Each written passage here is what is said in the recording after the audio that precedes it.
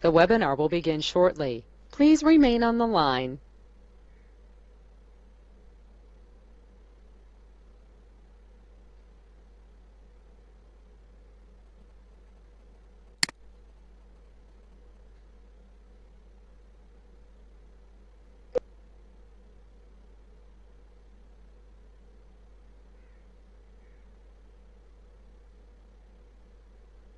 The broadcast is now starting. All attendees are in listen-only mode.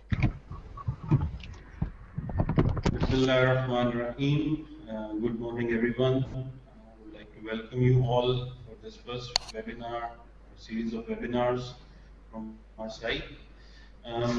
First couple of minutes, we'd like to listen. If you have any problem, you can type up in your questions area, which is available in your application. So if anyone is not able to hear, or I would rather say if somebody is able to find some problems, please share with us. In a couple of minutes, we'll start our proceedings. So I would rather say, assume that everyone is able to listen to us.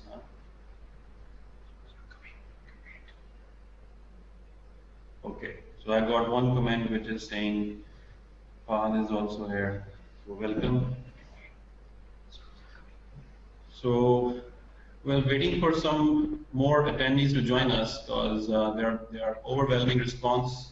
As you know, the first 2 days we were able to generate the maximum capacity of registrants. So I think it's fair enough to wait for a couple of minutes. Maybe some people are just joining in this webinar. So we'll formally start in a moment or so. So be patient, stay with us.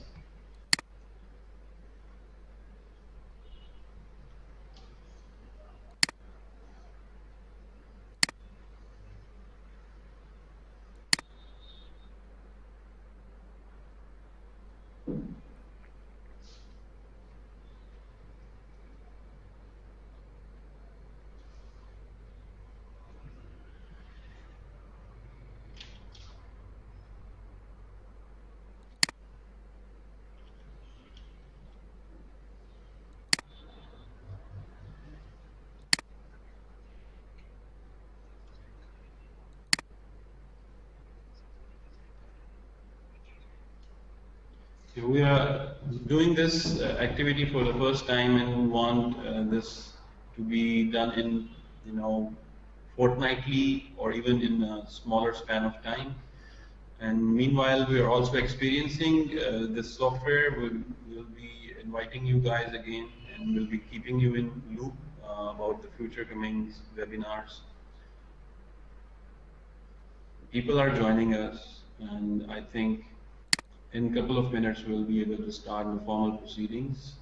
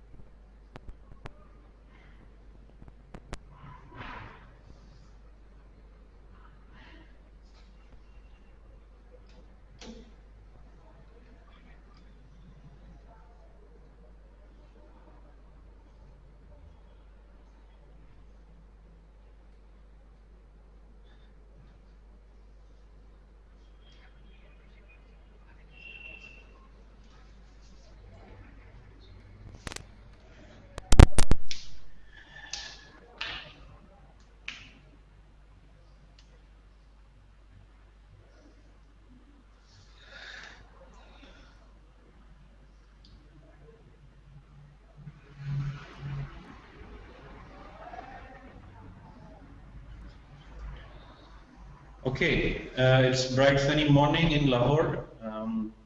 I want to welcome you once again, all of you who have joined us, and hopefully more people will be joining us later on as the proceeding will start.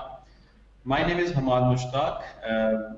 My past experience has been with most of the time industry and academia most, and right now I'm with the academia. I have MS degree from National University Singapore and PhD scholar currently, and also directing, heading up undergraduate programs.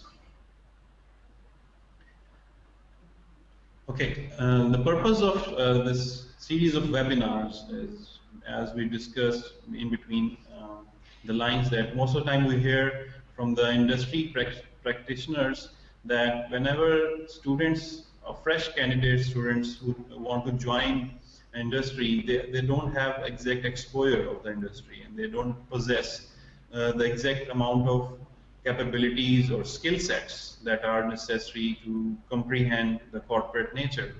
While on the academia side, we focus on preparing you people on the required abilities and skills, basic foundations, sciences, and advanced sciences, which is happening right now.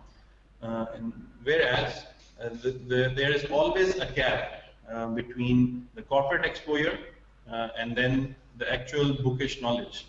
So the idea is to basically bridge down these gaps.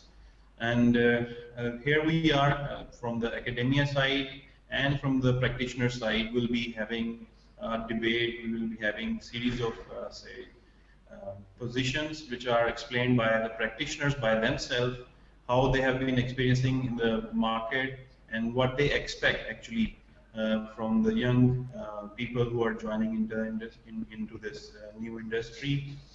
What are new capabilities you require? So that's about it.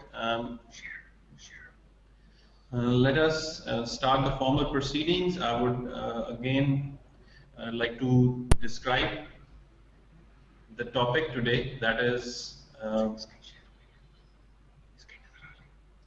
so I'm sharing this screen with you.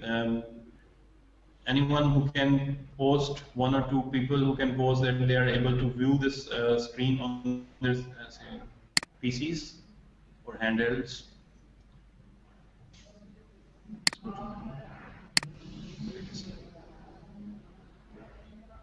Post it in the questions area if you are able to see the screen. Okay, so this is this first seminar about the myths in software requirements. This is part one, and then there will be forthcoming parts as well. So it will be 45-minute session, which will be conducted by our speaker today. Let me introduce him. His name is Shiraz Parvez, and he is one of the practitioners who has a long experience, 14 years of experience, done his bachelor's from Canada and MS from Stuttgart, Germany, both in computer science and technology areas. And right now he's working as engineering manager at Koyos GmbH in Lahore office, which is Germany-based organization again. He has worked over different organizations, software houses, Systems Limited, I can recall, and other organizations as a project manager. Worked in government sector as well. He has been, conducting consultancy for World Bank funded projects. So you can see lots of experience coming again. He has been associated with different academic institutes as well as an assistant associate professor. And he has also virtual university presence in software design courses. So that's Shiraz Parvez, and he is going to enlighten us. One more thing I would like to highlight is 45 minutes we'll be having after 45 minutes we'll be having question answer session. So in between, if I feel there are some questions raised from your side and they are very important, in between I'll also be putting up. So for next 45 minutes, I'll hand it over to Mr. Shiraz Parvez. Yeah, well, thank you, Ahmad, for your kind words and the introduction. So guys, So that's just a starter workshop or starter talk. So we will be having multiple talks in this series. So as an appetite for the talks, I will focus primarily on what are typical myths which we have usually when we are doing software requirement engineering, and what we are gathering. So just to start, when I say myths in software requirements, that's primarily mean the misconceptions, the misunderstandings which we have when we say that, okay, now we have requirements with us and now we can shoot with the next phase. So that's the main topic. The myths mean the misconception and misunderstandings which we typically have when we go for requirement engineering. So here I just present a small agenda for the talk today. So I'll start with the motivation. So that's not that would be the motivation for what we think about software requirements and what they are actually. So I'd like to motivate you guys with the help of some data, some pictorial thing. So one thing is for sure, I won't be focusing on academic things, and I won't be referring to any books. So because it will hurt the purpose. So as we are here today to bridge the gap which exists between bookish thing and the practical thing. So I won't be referring to any book, and there won't be any reference guides. So then I will proceed with, there are basically 6 myths which I have underlined for this talk primarily. So so I will go through with my experience with each myth, and I will try to give you real-time examples. Obviously, due to the lack of time, we won't be going into the much details about the examples, but I will try to motivate you guys. I will try to show how a particular myth will make the project failure as best case. So that's the way forward. Then I will try to present the future roadmap that, okay, after this talk, what are we going to do next? So I will try to present a small roadmap with you guys, and as Ahmad mentioned, that toward the end, after 45 minutes, we will try to have a 15-minute time box Q&A session. So maybe we can just have an interaction or some discussion about your feedback, what we thought about the different myths and topics. So so let's shoot. So rather than telling you guys about the theory of motivation, let us just see a picture. So that's a typical client and project manager, or a client or business analyst discussion. That, okay, so typically a project manager will ask a client, okay, I need to know your requirements before I start to design the software. Well, that's a fair enough question. Then the next question, first of all, what are you trying to accomplish? I mean, that's what the goal of the client.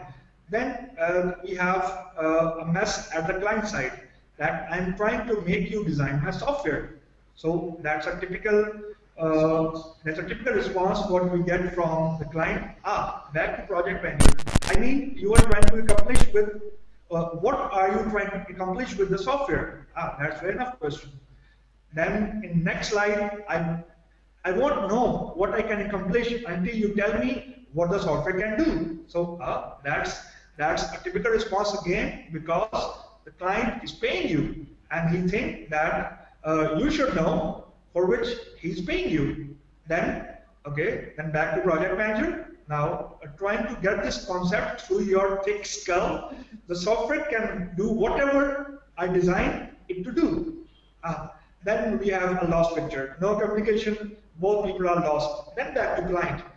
Can you design it to tell you my requirements? Now, that's the takeaway here. That actually client want a design who will tell the requirements. Now, that's a typically opposite what people might have been studying, or what people have been listening or reading in book. So in real-time world, things are on the opposite poles. So that's just a motivation, a pictorial motivation, that what the hell happened when you jump into the real-time client. So that's the end up. So now let us just give you some stats. So there is a very famous group, the name of Cavendish. They usually publish a chaos report. That was a very famous report.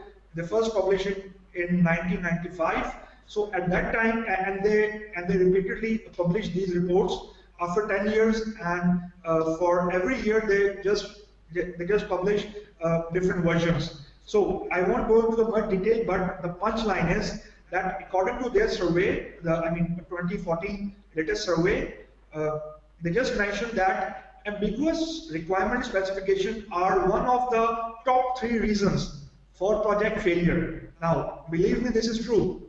This is true when we are talking in real-time world, because you get to know that's why we are here. So now some stats also.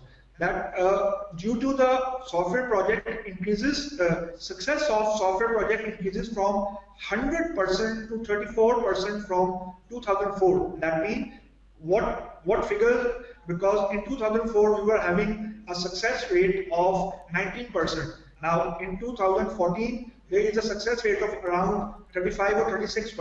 So that's a more than 100% jump. But the major reasons are primarily smaller iteration of phases, mean another buzzword, agile, and with more focus on requirement management. So that's a key. These are two. Still, it is 34%. Yeah, exactly. That's still not high, but that's a very substantial increase what we have back in 2004 and where we stand in 2015. So that's a substantial thing. Now, just to motivate you guys with some figures.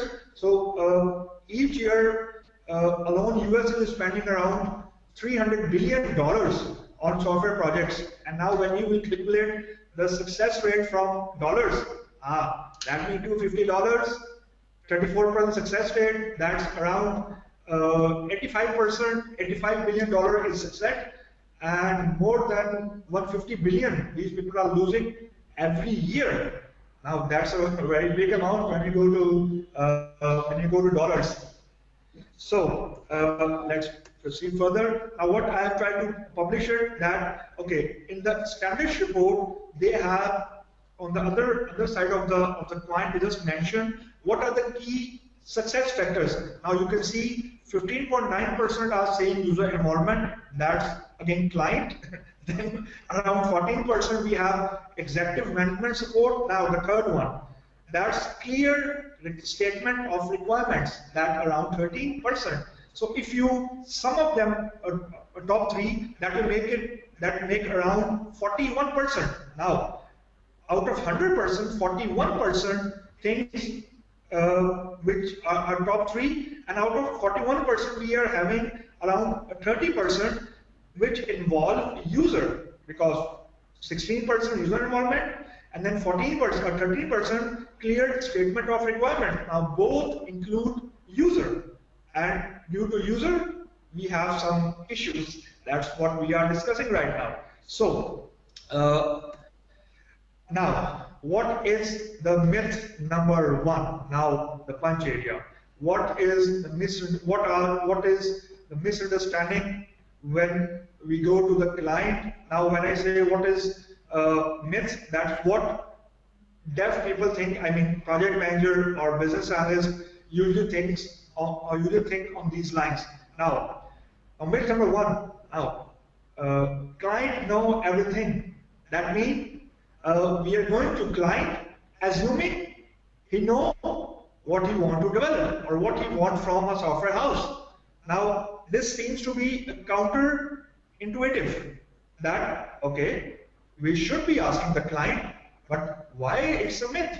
But well, the myth here is that at time client don't know what he actually want. Now this is again very unusual when we talk from the bookish viewpoint or academic viewpoint, but this is the harsh reality.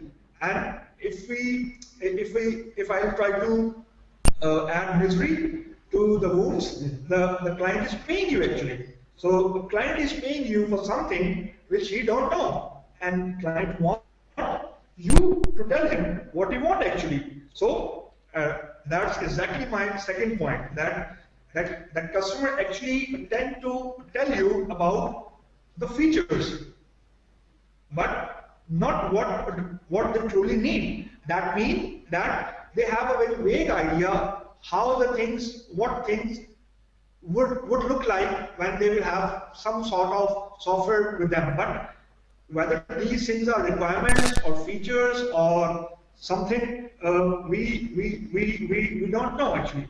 So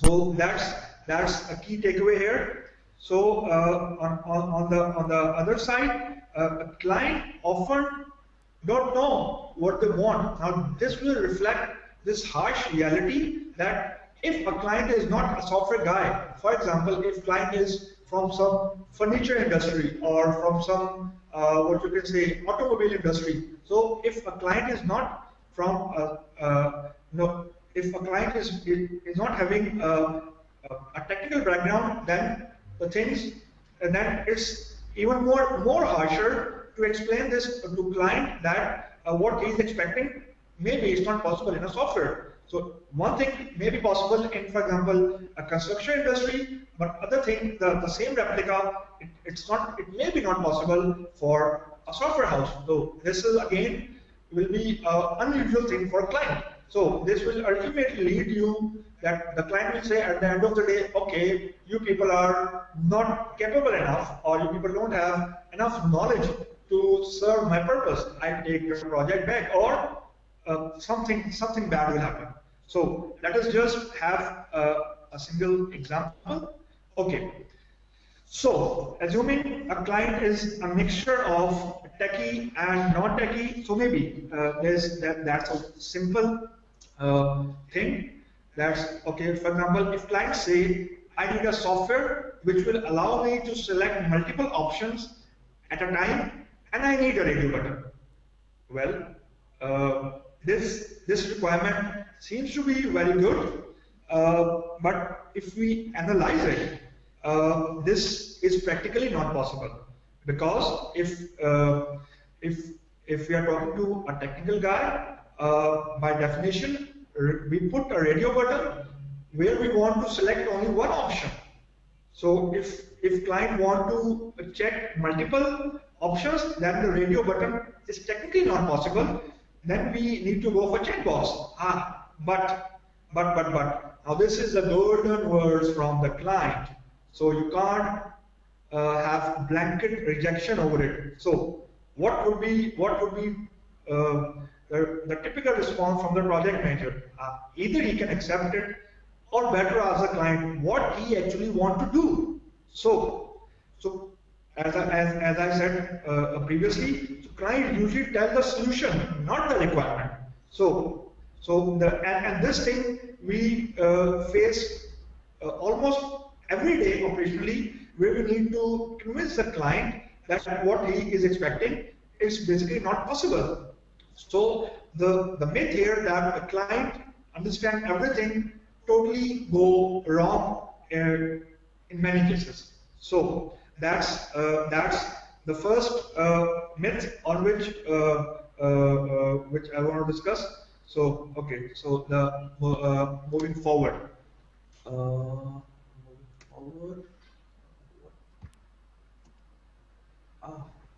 Okay. Now, myth number 2. Now, that's another typical thing which usually dev side, when I say dev side, I say project manager, business analyst, tech leads. So when they say, okay, now we know what client want, that means now they are confident. Now they are having full capability and a full realization that now they understood the true requirements of the client, and they know when they're talking to client what client want. Now, in ideal world, that's a good thing to have, but in the real world, that's actually very dangerous thing. So this put me, whenever some guy comes to me and they say, okay, hey Shiraz, now we know what client want, something like this. So it directly raised my alarms. It actually, instead of going happier, I usually go on red alert. I usually increase my sensors. Okay, that there are something is going to be wrong. There are some potential dangers which are in the roadmap, and some dangers will be coming. So, because client will change his requirements almost every hour, not every day, not even every hour, and it depends upon the client that when we say a change in requirements, it might negate the previous requirements, and he expects us to do it because at the end of the day he's paying us. So that's actually not a point of happiness. That's a point of worrisome in my opinion. So now let's take another example. So let's say we need to have a software system which is being developed that will manage receipts. Now, after the first client meeting to discuss the software specification, the following requirements are identified. Now, requirement number 1, the software shall have a simple user interface to enter receipts. Fair enough.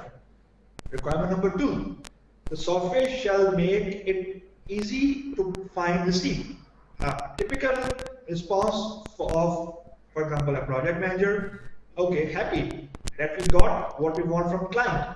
Now, if we stick to this slide, now, in my opinion, we should not be happy, but the typical response would be that, okay, the requirements are simple enough, and we understand, okay, we understand now fully that, okay, what we need to deliver and what developers will be developing. Now, project manager know his next goal, his next target.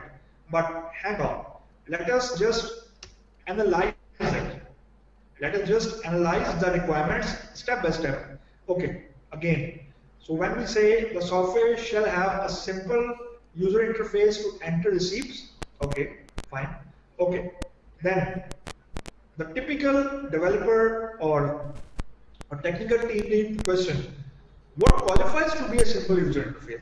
Is it a text box or images or some video or what?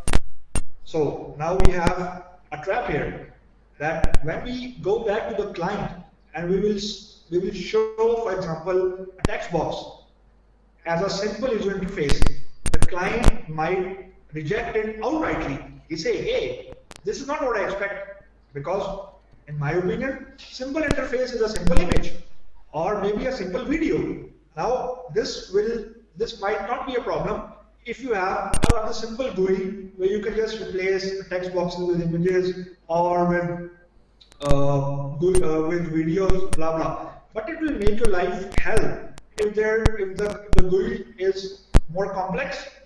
There are some partitions, it's a combination of text boxes, images, blah blah blah blah. Then you have a real tough time ahead of you. Then you will face a real problem from the client, that when you will seek approval from the client, he will again and again refer back to you to this requirement that the software shall have a simple user interface to enter receipt. Now the catch here is there is no definition for simple user interface, because user interface we know, but simple, it can have multiple things. So this will definitely a problem. Now, point number 2, the software shall make it easy to find receipt. Good word, easy. But okay, what is easy to find?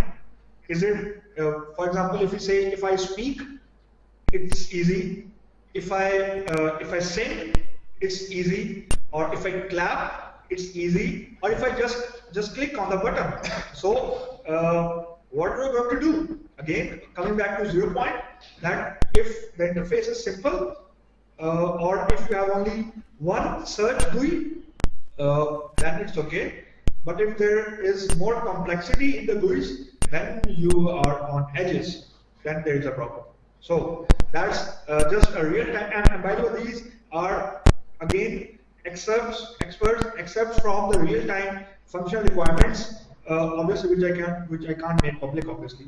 So now myth number 2, the requirements are fixed. Now just look at the picture. Now the three, they are a team of, there is a team.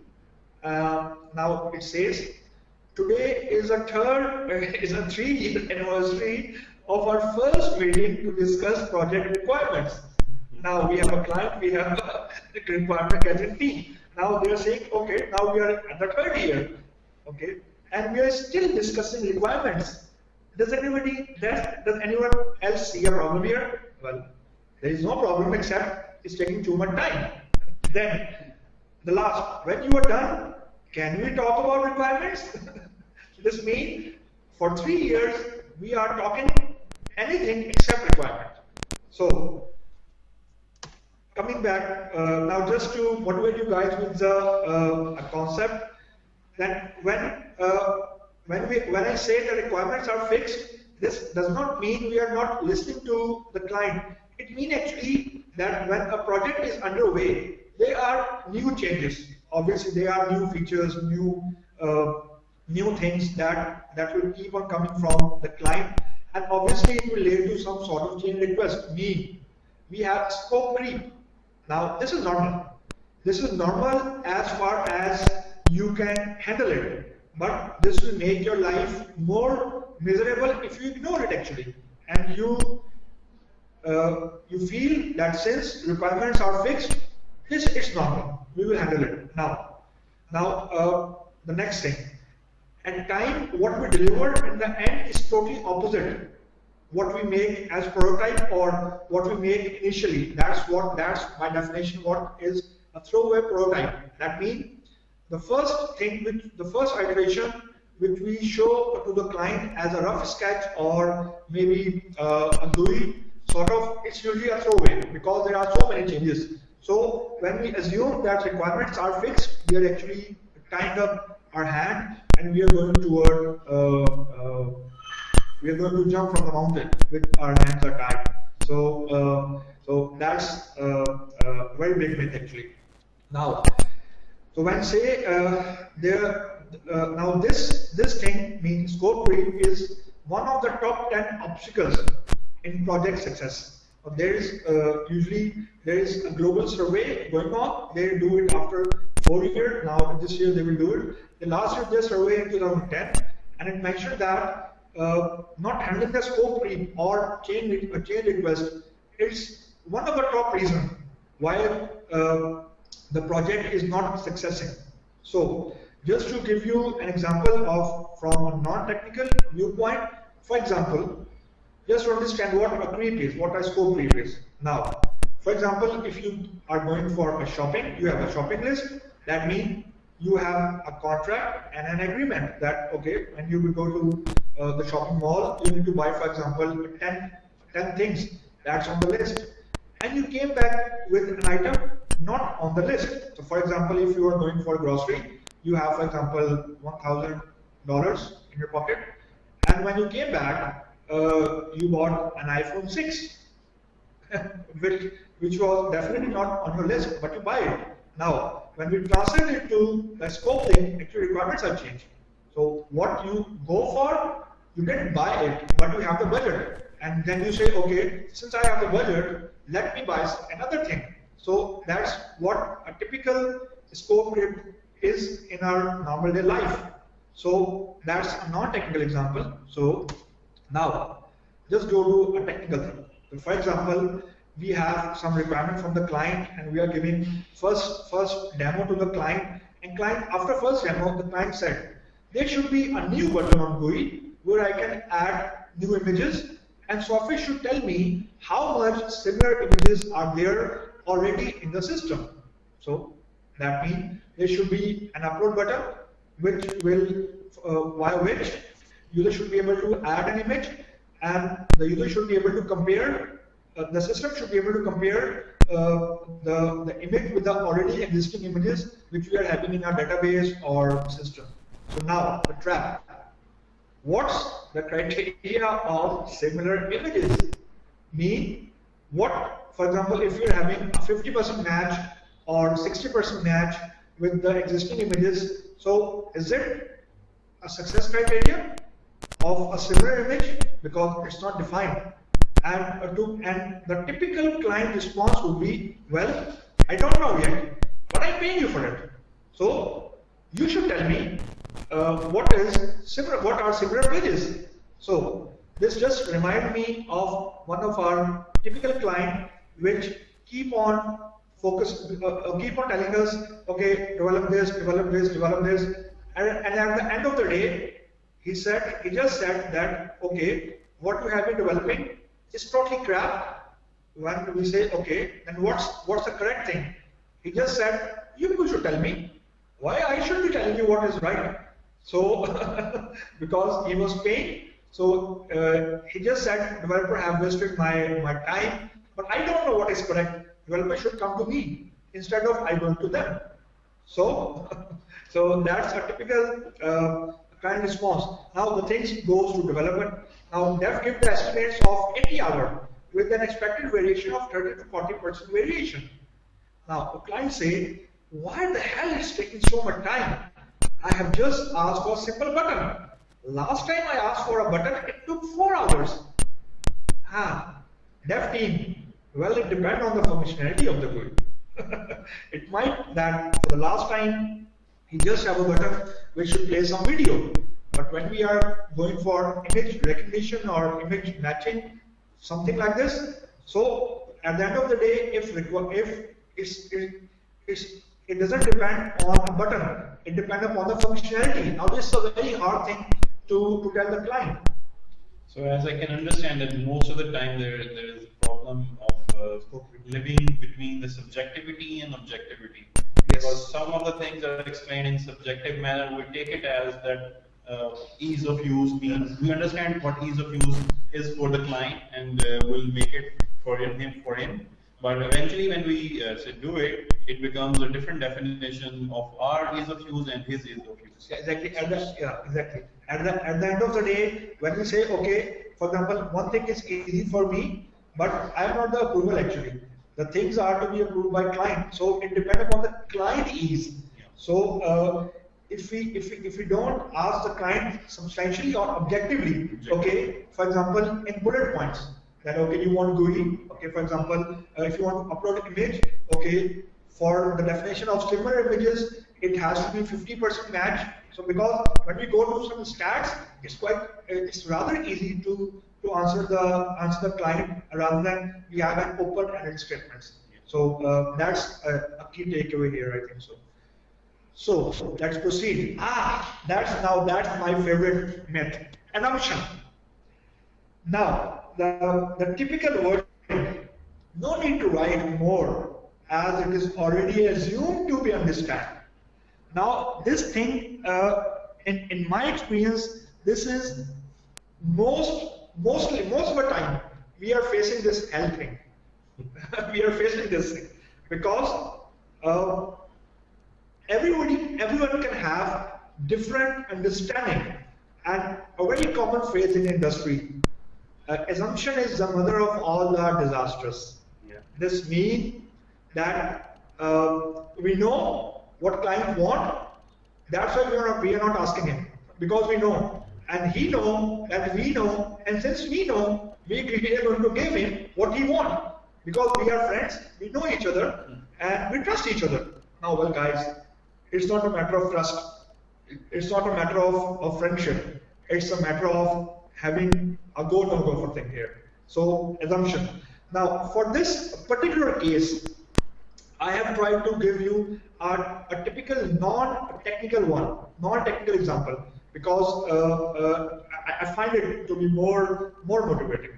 So for example, in US Congress, there is a constitution obviously. Now in the article 8, in the first article in the section 8, there is a powers of Congress. Now just look at it very carefully. The Congress shall have power to lay and collect taxes, duties, impost and excise, to pay the debts and provide for common defense and general welfare of the United States. But all duties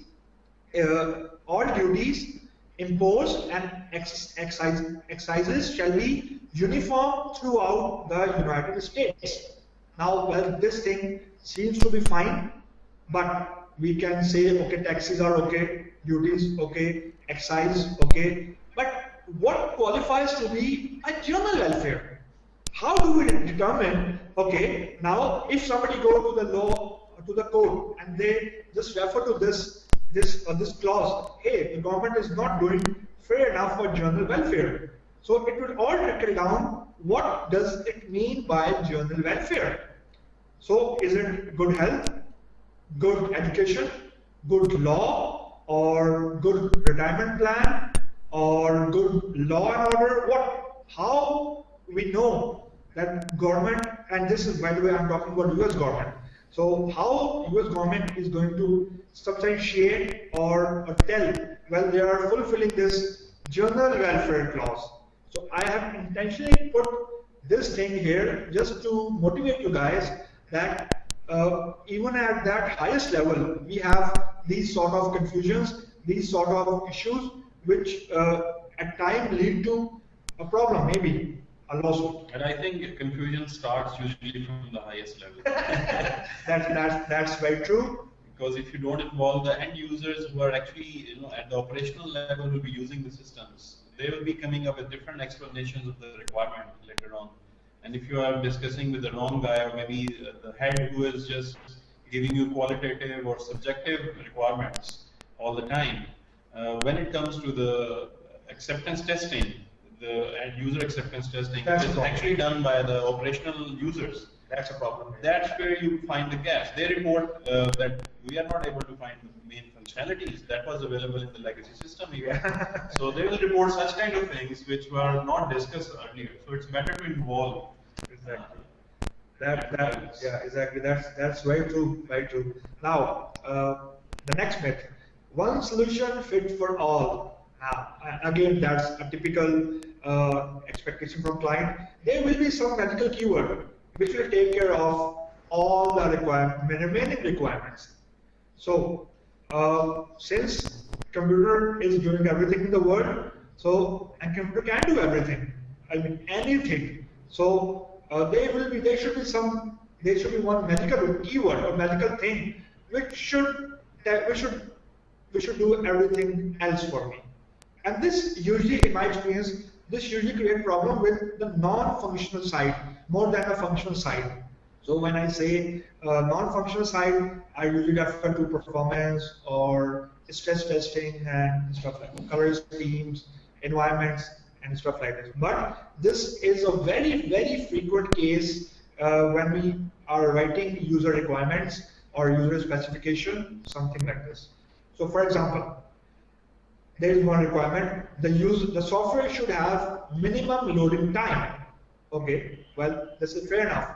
But okay, what time then is minimum loading time? Is it 20 milliseconds? Is it 2 milliseconds? Or is it 30 milliseconds? What qualifies to be a minimum loading time? Or it depends on the internet speed. Internet speed. There are so many factors which will determine the loading point. But time does say, hey, this is not a minimum loading point. I just may need. Your system is so slow. The system is so slow. It doesn't matter that whether this is minimum or maximum, but I need minimum loading time.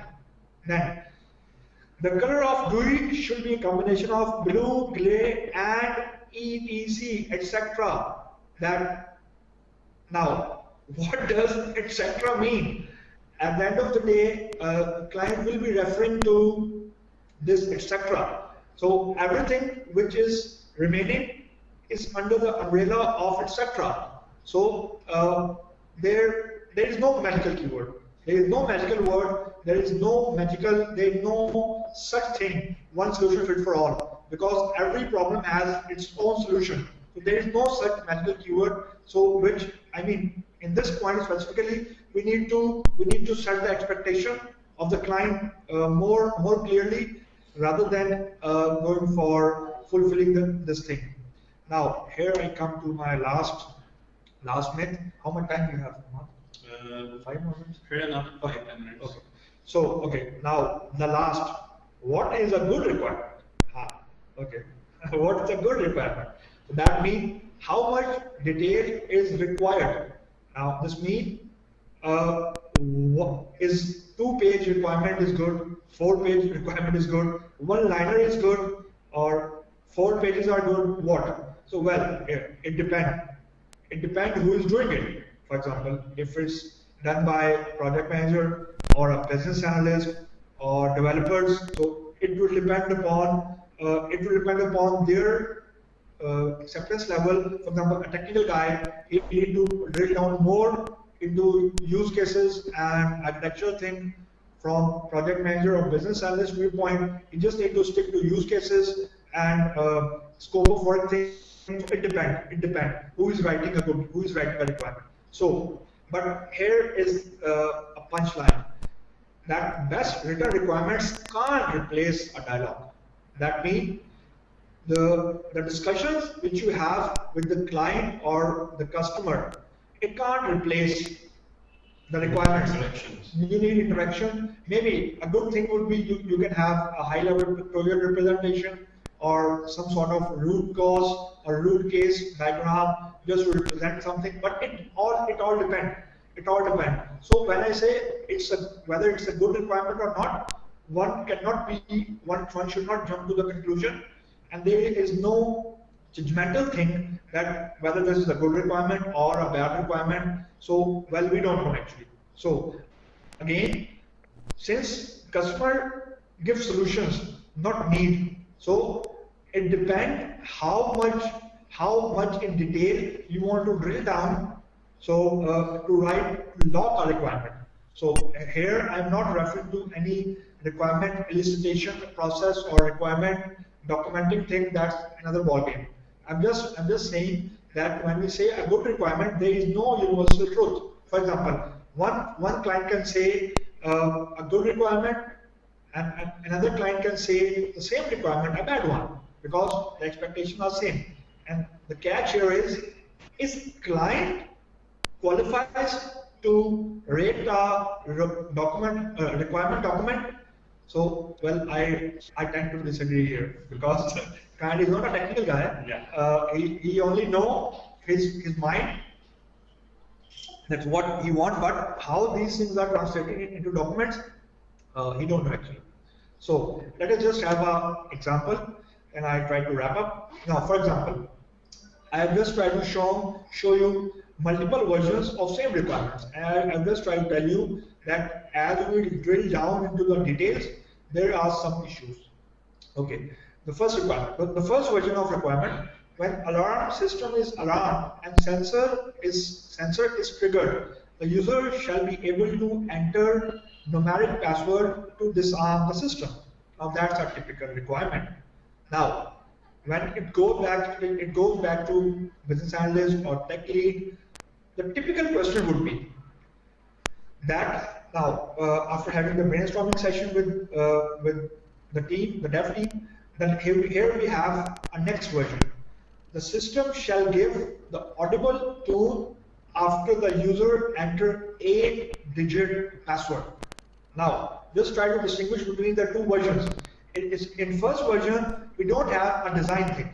Now, in the second version, we are bounding the developers that the password should be 8-digit.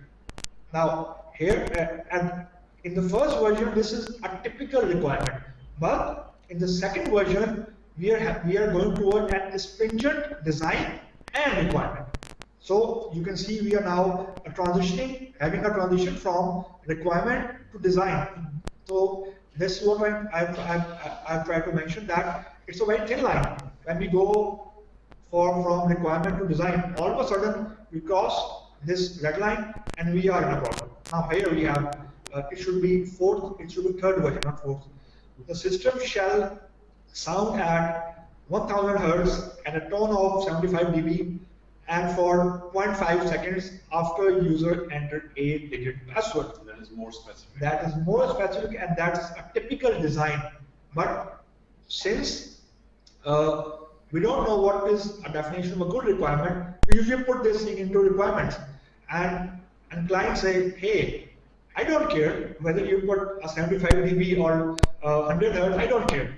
I must be able to listen. I must be able to listen it. Yeah. But okay, what he want to listen, and this thing is typically required by developers or tech team. Okay, to make a voice audible, we need to set some frequency, some decibels for some seconds. So this thing is reflecting that now we are having a very having an issue with an overlapping requirements and design thing.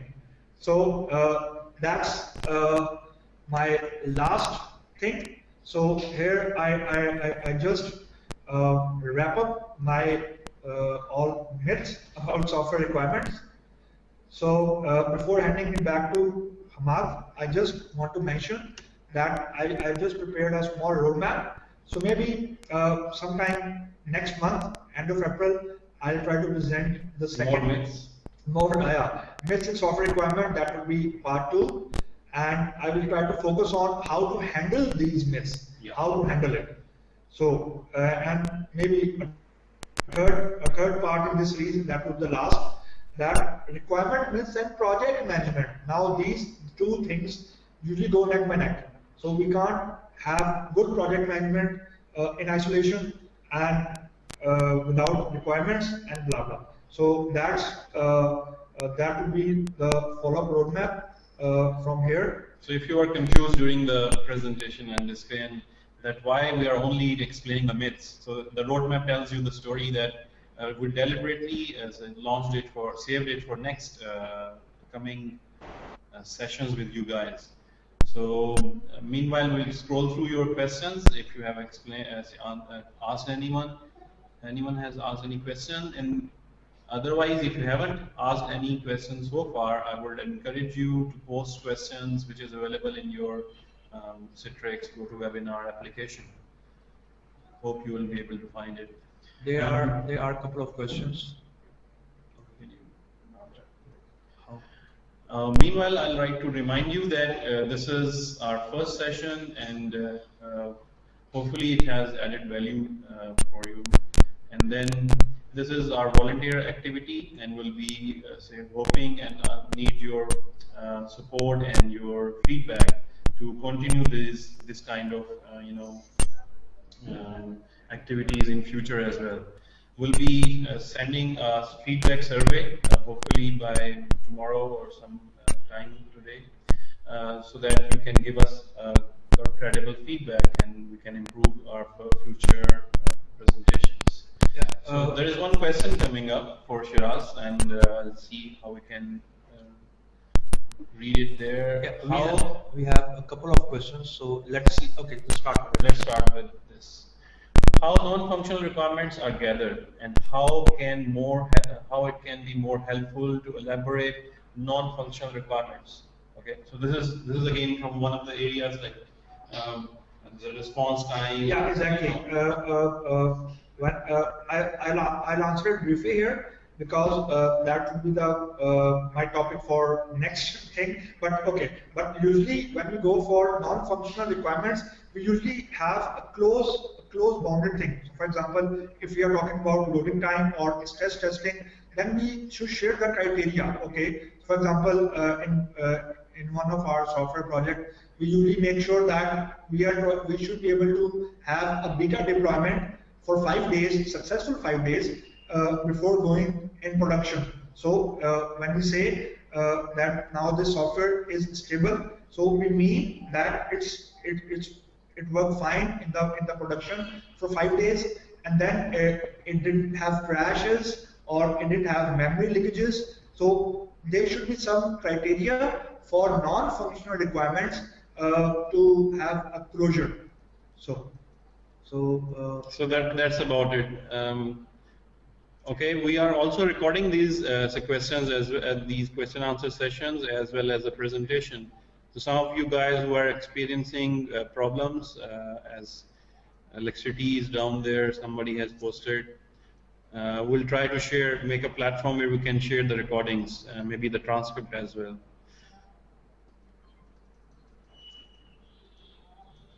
So some people have given their feedbacks right away. That's so encouraging for us. Thank you, Tala, and other people. I'm doing it just like just to encourage you guys to rejoin us again. Yeah. Are you recording this session? Yeah, I've responded to this already. Okay. So, okay, fine. So I think that would be all from our side. So now we are again at just end of time because we plan to wind it up around 12 p.m. CET. Not CET, I mean Pakistan time. So we are nearly on a schedule. So thank you guys for your time. So let's just meet around somewhere next month. So just to have a follow-up session. In the meantime, I will try to share the presentation with you guys. So maybe you people can read it when you people are offline. So thank you for your time. Thank you, everyone. Thank you, everyone.